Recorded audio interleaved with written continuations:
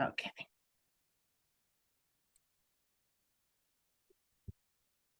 So if you're stopping by for the replay or watching live, can you let me know where you're from and what kind of business you have in the comments?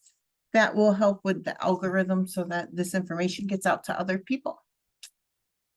This week, I am going to help you break free from the revenue stagnation and achieve greater profitability. My name is Katie Brailsford. My business is KB Accounting, and I have been serving mission-based businesses for over 13 years. Time freedom is a crucial aspect for any business owner, especially mission-based companies. A few ideas on mastering time freedom are leveraging technology efficiently, recommending specific software or tools that automate repetitive tasks, streamline financial processes, and offer real-time insights. For instance, implementing cloud-based accounting software like QuickBooks Online that can centralize your financial data and save time on manual data entry. It also saves time because it's not stuck on one person's computer. So if you have a team of 2 people, even each person can be in it at the same time. That makes it more efficient for the person reviewing the work or reconciling the work and the person entering it. 2, prioritizing tasks and delegating effectively. Encouraging you to identify high impact tasks that align with the company's mission and values. What I mean by that is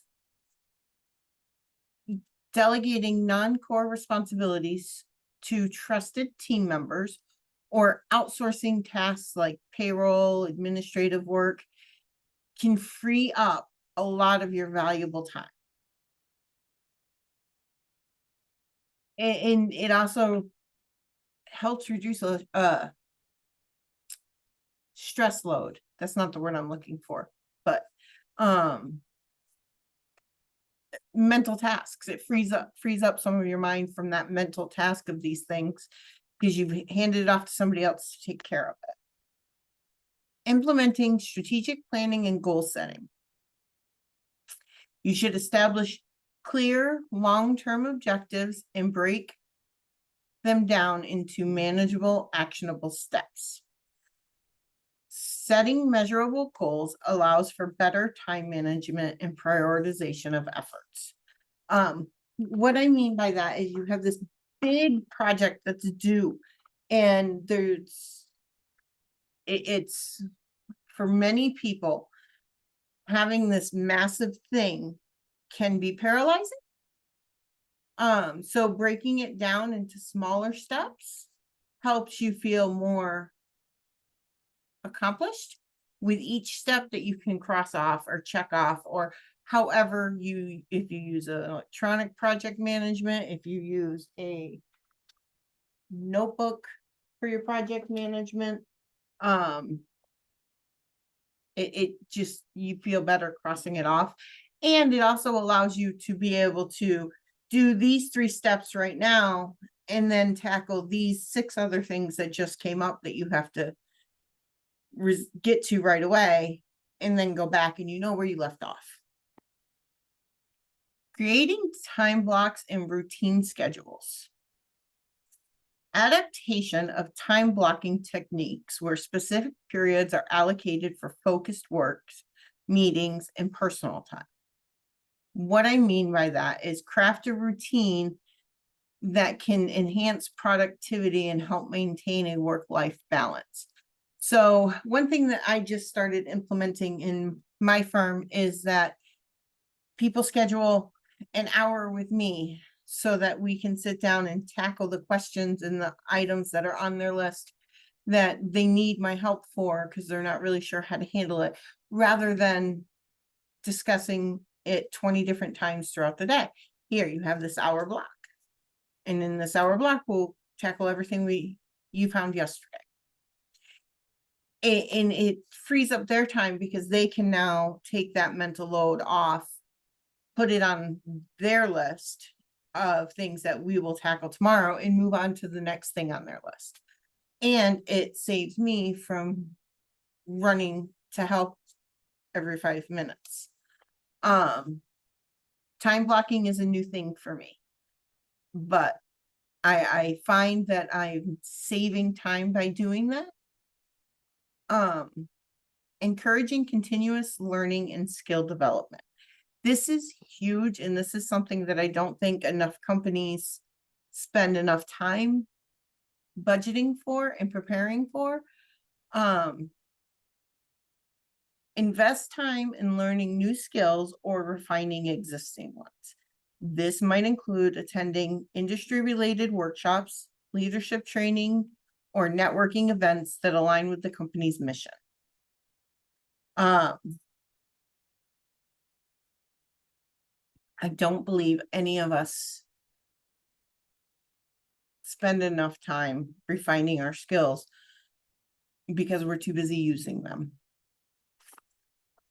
Number 6, outsourcing non-core functions.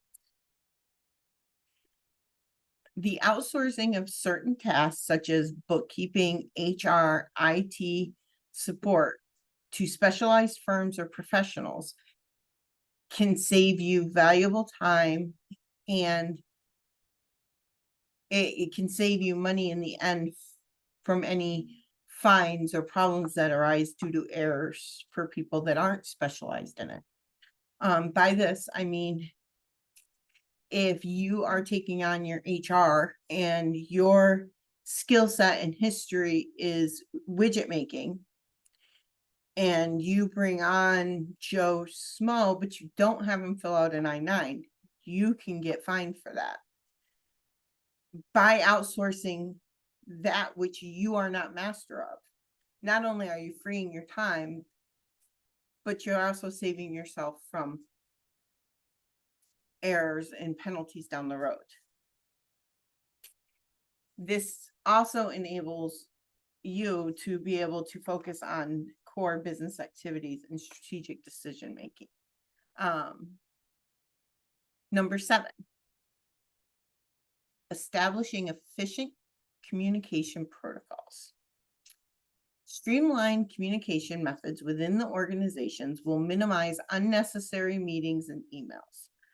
Come on, we've all seen the ads for the shirts or the mugs that say, this meeting could have been an email, and we've all complained about it.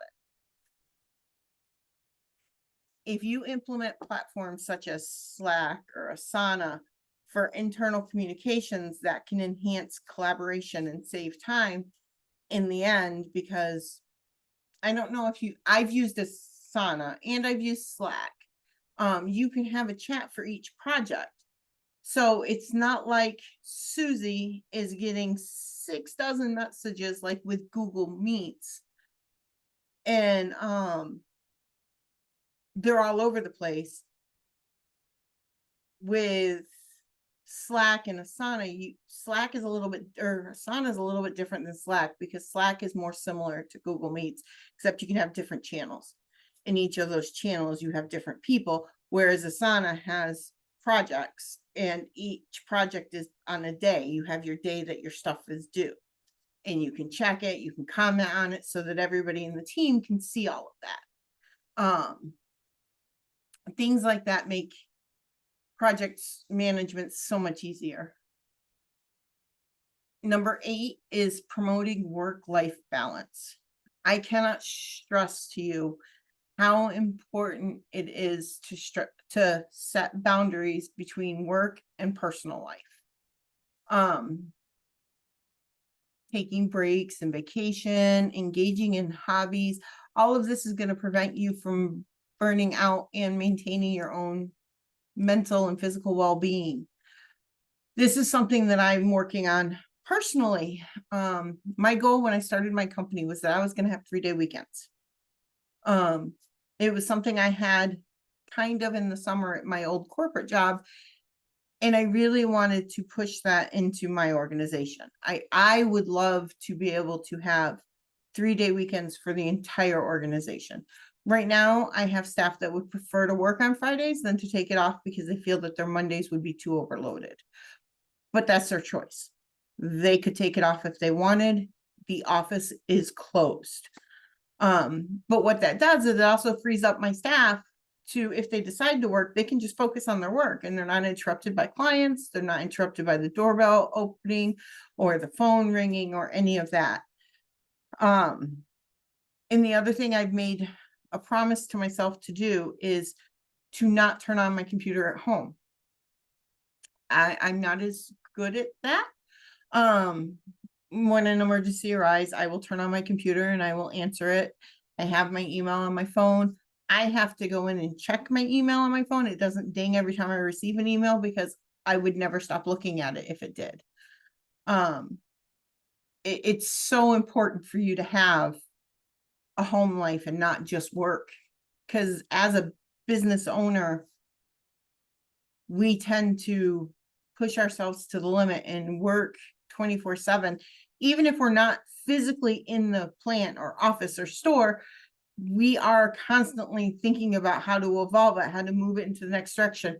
It's important that we take that time to do the things that we enjoyed that are not work related. Number 9, implementing performance metrics and monitoring systems. The use of key performance indicators, or KPIs for short, and regular performance reviews to track progress allows for timely adjustments and ensures resources are allocated effectively. So this is similar. This is the professional version or the company version of a time audit, which I will discuss in number 10.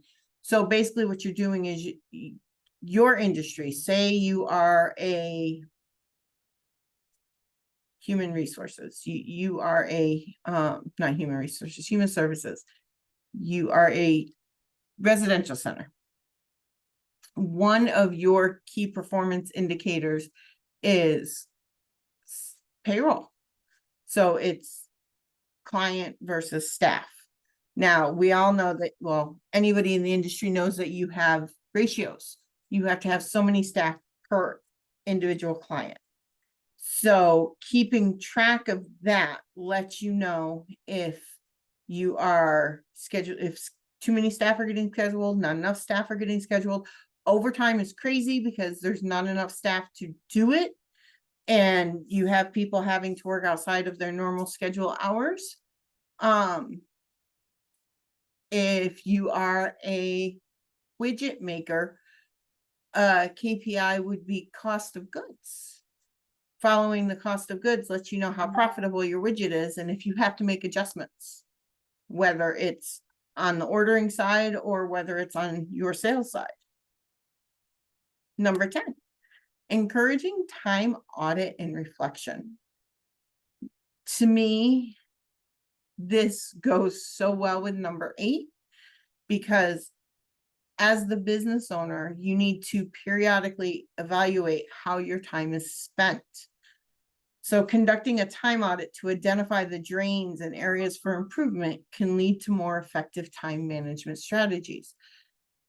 How are you going to be able to go fishing if you can't find where your time sucks are, that you're not getting a good return on investment?